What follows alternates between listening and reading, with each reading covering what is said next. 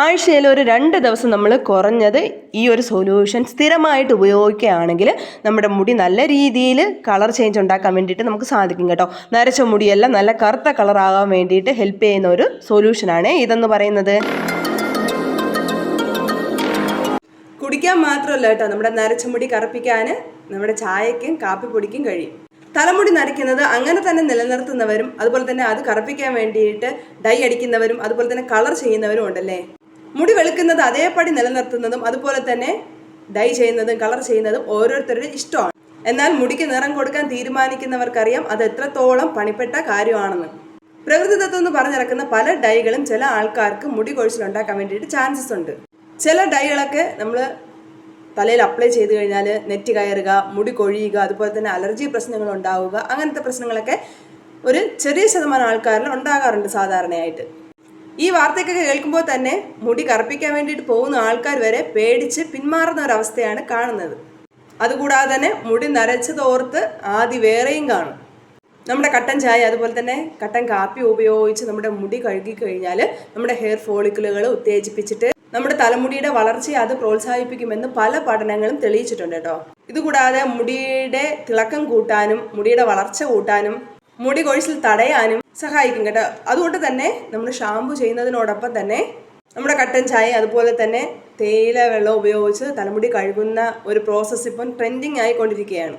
എന്നിരുന്നാലും നമ്മുടെ ചായയും കാപ്പിയും നമ്മുടെ തലയിലേക്ക് എടുത്ത് കമിഴ്ത്തുന്നതിന് മുമ്പായിട്ട് ഒരു പാച്ച് ടെസ്റ്റ് ചെയ്യാൻ വേണ്ടിയിട്ട് മറക്കരുത്. ഇത് എല്ലാവർക്കും എഫക്റ്റീവ് ആവണമെന്നില്ല. ചില ആൾക്കാർക്ക് അലർജി പ്രശ്നം ഉണ്ടാകാൻ വേണ്ടിയിട്ട് ചാൻസ് ഉണ്ട്. അത് ഉറപ്പുവരുത്താൻ വേണ്ടിയിട്ടാണ് ഒരു പാച്ച് ടെസ്റ്റ് ചെയ്യാൻ വേണ്ടിയിട്ട് പറയുന്നത്.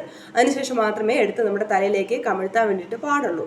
നമ്മുടെ കട്ടൻ ചായ എന്ന് പറയുന്നത് മുടിയിഴകൾക്ക് ശക്തിയും അതുപോലെ തന്നെ നമ്മുടെ തലയോട്ടിക്ക് നല്ല കുളിർമയും പകരും കേട്ടോ. ഒരു 4 അല്ലെങ്കിൽ 6 ടീ ബാഗുകൾ 1 കപ്പ് ചൂടുവെള്ളത്തിലിട്ട് വയ്ക്കുക.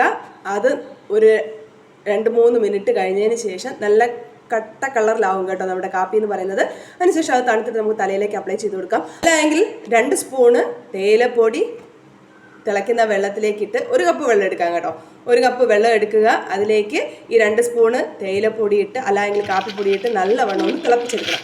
തിളപ്പിച്ചെടുത്തതിന് ശേഷം ഒന്ന് വറ്റിക്കണം. 1 കപ്പ് എന്നത് 1/2 കപ്പ് വെള്ളമാക്കി മാറ്റുക. അതിനുശേഷം നമുക്ക് അരിച്ച് ആ വെള്ളം തണുത്തതിന് ശേഷം നമുക്ക് തലയിലേക്ക് അപ്ലൈ ചെയ്ത് കൊടുക്കാം. അല്ല എങ്കിൽ നമുക്ക് ഷാമ്പു വാഷ് ചെയ്തതിന് ശേഷം തലയിൽ ചെറുതായിട്ടൊന്ന് സ്പ്രേ ചെയ്ത് കൊടുത്താലും മതി. തലയിൽ ഉദ്ദേശിക്കുന്ന സ്കാൽപ്പിൽ നല്ലവണ്ണം എത്തത്തക്ക രീതിയിൽ നമ്മൾ സ്പ്രേ ചെയ്ത് കൊടുക്കണം. പിന്നെ കഴുകി കളയേണ്ട ആവശ്യമില്ല കേട്ടോ. നമ്മൾ കാപ്പി ഉപയോഗിച്ച് തല കഴുകാനുള്ള ഗുണങ്ങൾ എന്തൊക്കെയാണെന്ന് നോക്കാവേ. കാപ്പി ഉപയോഗിച്ച് നമ്മൾ തല കഴുകുകയാണെങ്കിൽ നമ്മുടെ തലയിലേക്കുള്ള രക്തചംക്രമണം വർദ്ധിപ്പിച്ചിട്ട് മുടിയുടെ വളർച്ചയെ അത് കൂട്ടാൻ വേണ്ടിയിട്ട് സഹായിക്കും. അതിനോടൊപ്പം തന്നെ നമ്മുടെ മുടി ഇഴകൾക്ക് അതുപോലെ തന്നെ മുടി വേരുകൾക്ക് നല്ല ശക്തി നൽകാനും സഹായിക്കും കേട്ടോ നമ്മുടെ കാപ്പിപ്പൊടി എന്ന് പറയുന്നത്. ഇതെടുക്കേണ്ട രീതി എന്ന് പറയുന്നത് നമ്മൾ സാധാരണ ഷാമ്പു വാഷ് ചെയ്യുന്ന സമയത്ത് ആ ഷാമ്പു നമ്മൾ വെള്ളം ഒഴിച്ച് നല്ലവണ്ണം മിക്സ് ചെയ്ത് വെച്ചിരിക്കുമല്ലോ, അതിലേക്ക് 1 സ്പൂണ് നമ്മുടെ കാപ്പിപ്പൊടി ഇട്ട് നല്ലവണ്ണം മിക്സ് ചെയ്തിട്ട് അതുപയോഗിച്ച് തല കഴുകുക. അല്ല എങ്കിൽ ഞാൻ ഇപ്പം കാണിച്ചതുപോലെ നമ്മുടെ 1 ഗ്ലാസ് വെള്ളം എടുക്കുക. അതിനെ നല്ലവണ്ണം ചൂടാക്കിയിട്ട് ഒരു 2 സ്പൂൺ കാപ്പിപ്പൊടി അതിലേക്ക് ഇടുക.